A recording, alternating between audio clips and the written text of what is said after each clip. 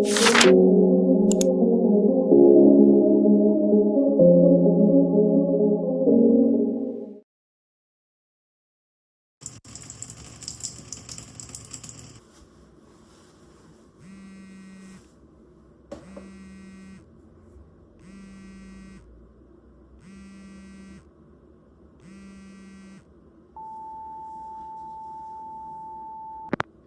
what's going on? We will absolutely not be talking over this anymore. I can't be your friend anymore with what you're doing. What the hell are you talking about? Don't play dumb No, with me. hey, I didn't do anything. You did. You're so overdramatic. You literally ruined everything. So you're so What are you ridiculous. talking about? Shut up. Honestly, like I can't even talk to you anymore. You're so annoying. I don't know why you do this all the time. You can't be No, serious. I can't. Don't even talk right now. Don't We even literally talk. just talked about this. I wasn't being. I'm done. I didn't do anything. Yes, you did. Don't. Dude, No, come on. I'm done. I'm sorry. No, I'm done. Are you serious? Yes, I'm done. I didn't. You did.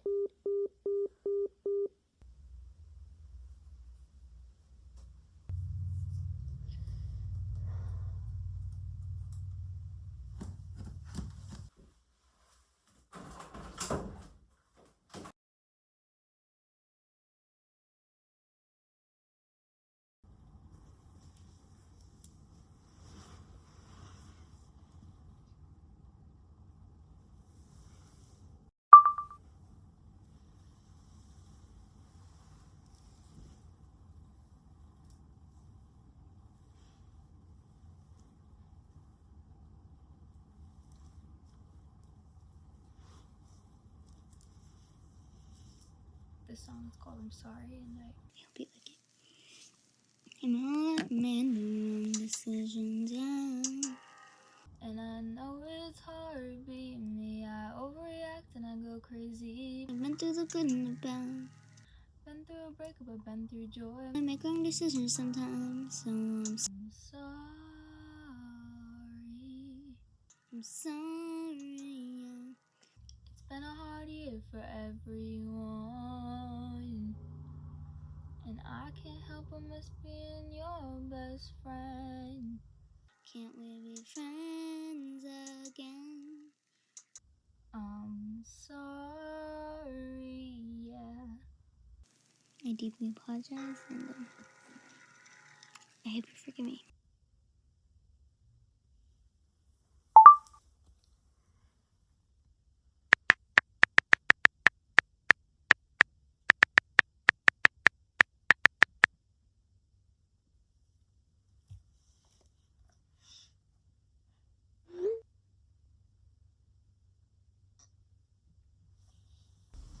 The first 10 years of my life where I actually had a brain enough to be conscious, I had always dreamed of having a big friend group. Like the Pinterest types of friend groups where they go to bonfires and parties and they hang out and they sit together on the couch on top of each other because they don't even care, and it's mixed genders and all that crap. And I tried really hard to get to that point when I was younger. And my main friend group for about 7 years consisted of 2 boys and 2 girls, myself included. I'm just gonna use their initials. The 2 boys were E and C, and the other girl, I'm just gonna call her E. And this other girl was completely different from me. She was confident, assertive. She always knew what she wanted and how she was gonna do it, and she loved Paris and the color pink and Victorious and singing. She was an amazing singer, and at that age she was just so sassy and sure of herself, and I admired her a lot. But what came with that personality in mine, which I was a shy, insecure kid, is that we got into a lot of arguments.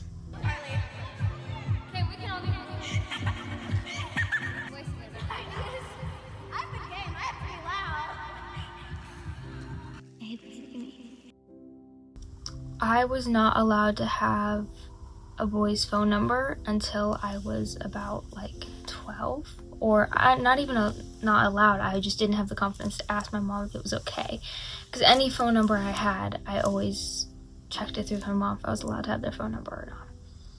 And obviously I had these 2 guy friends that my mom was aware of. She didn't really like them that much, I don't think, but I was too nervous to actually ask to have their numbers, so instead we would speak through emails in Google Chats. And because we couldn't FaceTime, all of our FaceTimes were through Google Meetings, which I would spend every waking night on up until 8 p.m. when my Wi-Fi shut off. And every night after we got home from school, we'd FaceTime, we'd do our homework, we'd talk, we'd joke. But it was never really a true friendship. One day, me and my girl best friend, E, we got into an argument over a boy because both of us had a huge crush on E, and everyone knew it. I had been getting like shipped with E from the moment I started becoming friends with him. Everyone just thought, we were together, and everyone in our friend group, the 2 other people, both supported that decision. And back and forth through all the years of our friend group, we were always like having crushes on each other all the time. I liked E, the guy, for the 7 years that we were all friends. My girl best friend E had liked both of them. I was not allowed to date. I did not feel comfortable dating at that age. I was asked out by them multiple times, and when we're that young, it doesn't really count. But when you're young, it feels so real. And me and my girl best friend E, we argued about it often, about these 2 boys. And at some point, we got into some stupid argument about something, and the only way I could think of to apologize was by writing a song. So I spent my night before Christmas. It was like, I think it was Christmas Eve or around there when I was filming it. We were on Christmas break. I wrote her a song. And I filmed it and I recorded it and I sent it to her. Our thing was always music. I wrote the lyrics, she would sing it, she would make a beat to it. She has this amazing musical talent that I could never understand. The main ending of our friendship was over these boys. And at some point, it was really, really cheesy of me, but I went up to E, the guy that I had a crush on for years, that honestly was a complete jerk to me. I put up with stuff I should not have put up with. I just straight up told him, like, hey, we are not friends anymore. I don't want to talk to you anymore. And after that point, I don't think I ever had a full conversation with them ever again. Which is weird that one sentence ended everything. But that one sentence destroyed me for the entire summer afterwards. She was mad because he didn't apologize for something serious. And so I don't really know how I'm supposed to hang out with him without everyone fighting. I don't know what to do. I mean, I'm fine, I guess, but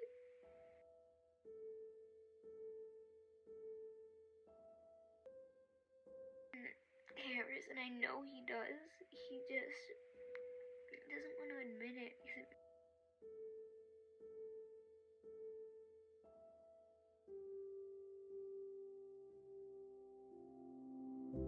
I couldn't sit in my room without thinking about them, about my friends that I had and were no longer there. Like, I had them, they were there, they were right there, and they were everything I wanted, and I didn't have them anymore.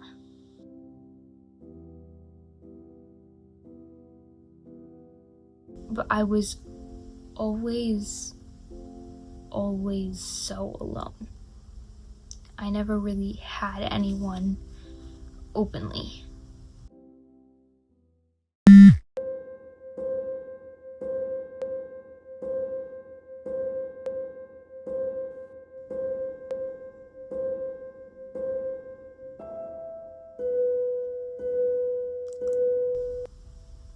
That friend group left such a large open scar, open wound, that for years afterward, after the whole friendship had ended and I hadn't been talking to them for months, everyone still thought that I was friends with them. Like, it was that known that this was our friend group. It was that known that everyone was like, okay, these people are friends, this person has a crush on this person. Like, everyone knew that was the group. That was us. Everyone knew us as that group. And I didn't have them anymore. And I remember the girl that sort of took my place, if you will, I was so jealous of her because she is a gorgeous, beautiful, amazing person. She has this fiery personality. She matched that group perfectly. And after I left, it kind of expanded and new people started joining in and I didn't really understand them. I was so jealous of like what I had essentially missed out on, and the people that I had were no longer the same people. And that hurt me a lot. And I struggled so much. Just seeing them in the hall, it hurt. Like, I had these new friends now, people that supported me. I had a whole new friend group, and seeing them in the hall hurt me every single day. Like, it was the worst breakup of my life.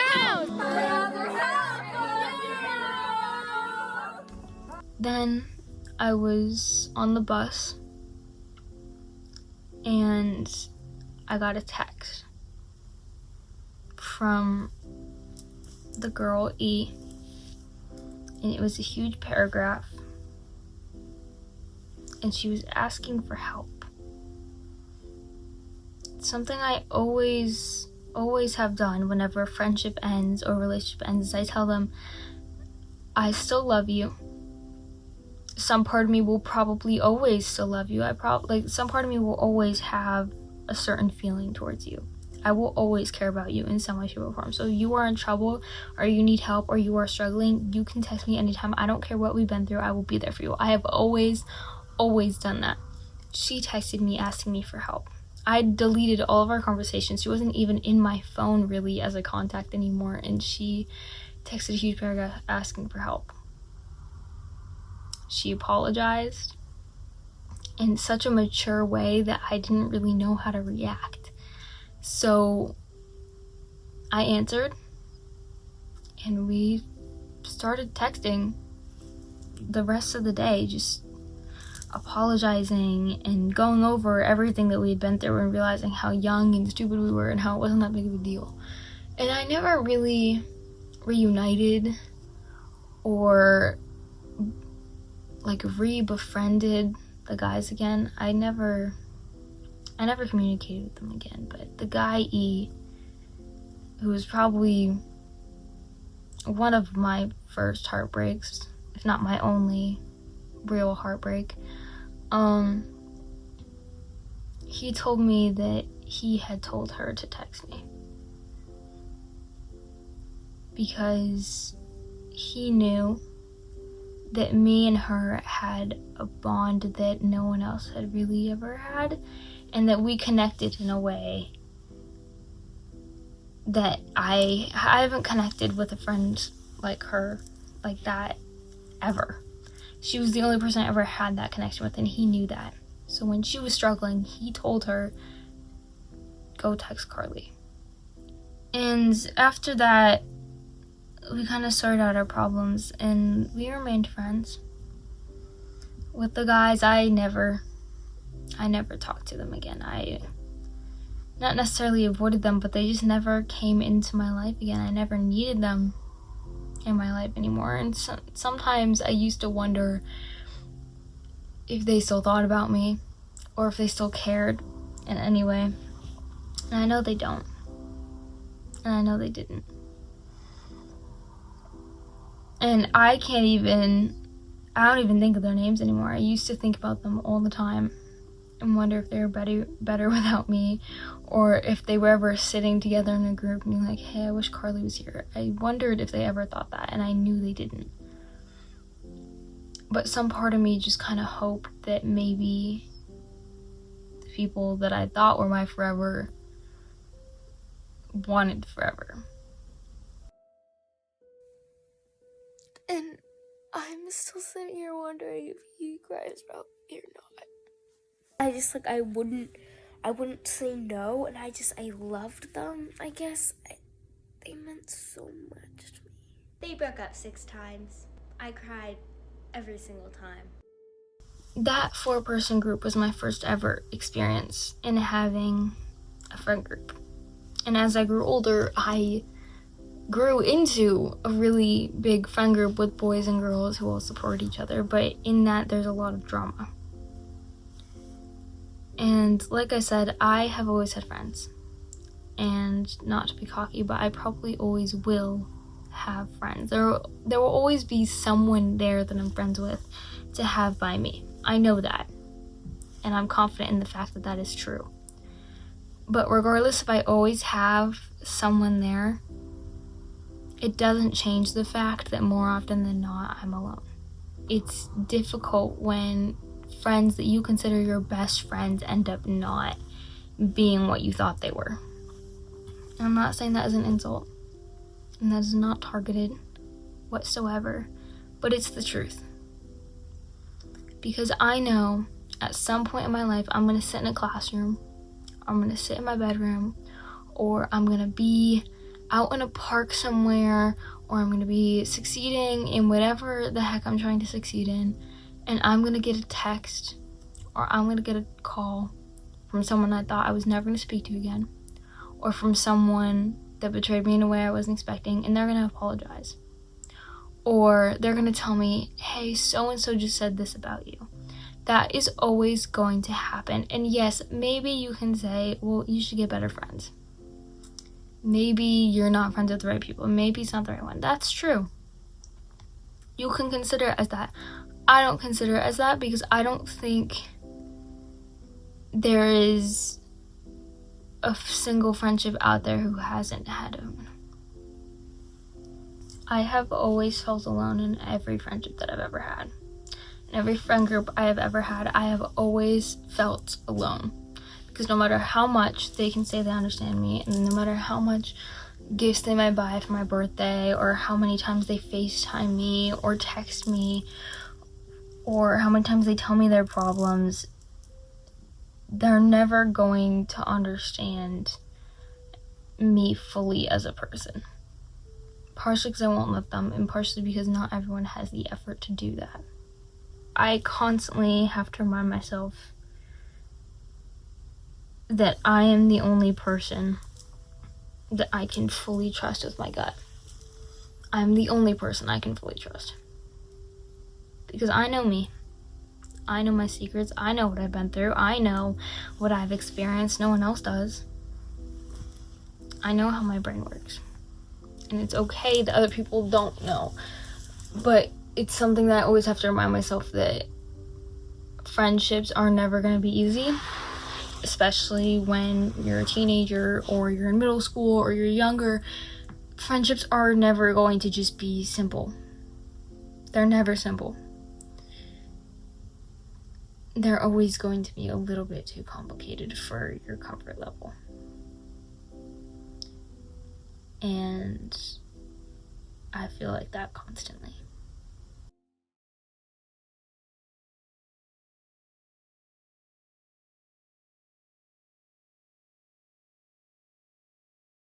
Okay, through the filming of this, I definitely said some things that I can't include in the video.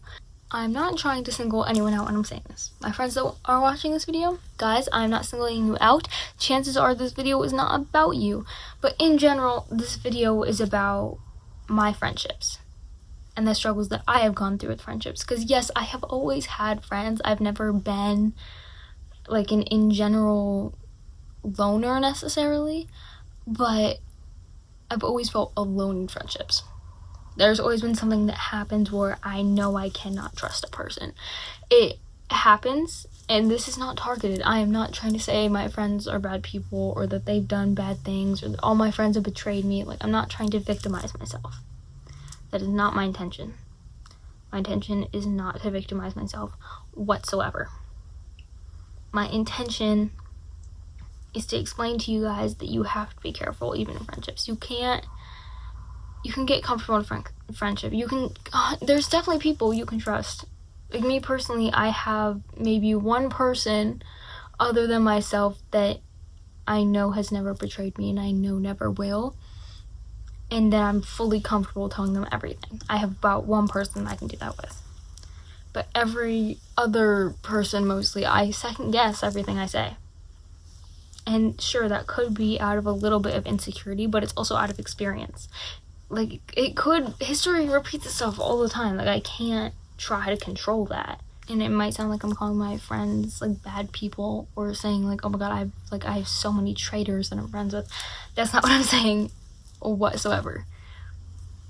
It's not what I'm saying whatsoever. This series is meant to share my personal stories and how I view things in my head and how, like, my anxiety works within friendships and relationships and stuff like that. That's what this series is about. And it's also about sharing it with the world or the audience, whatever, so they can relate to things.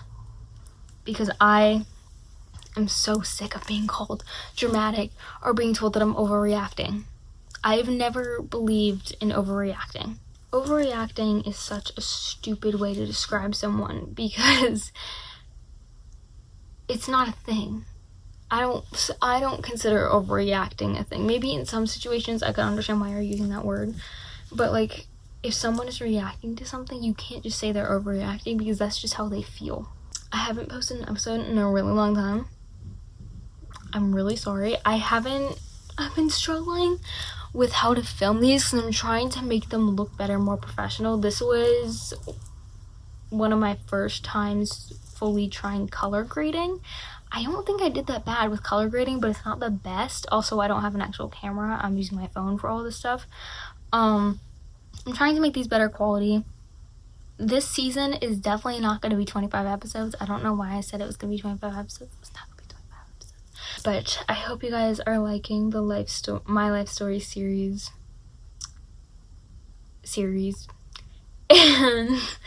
And as per usual, leave any comments down below of videos that you guys want to see, and I will get to it as soon as possible. And I am filming this the same day that it gets posted, so I'm not filming this at night like I usually am. Okay. Thank you guys so much for watching. I love you guys so much, and I will see you guys next time. Bye-bye.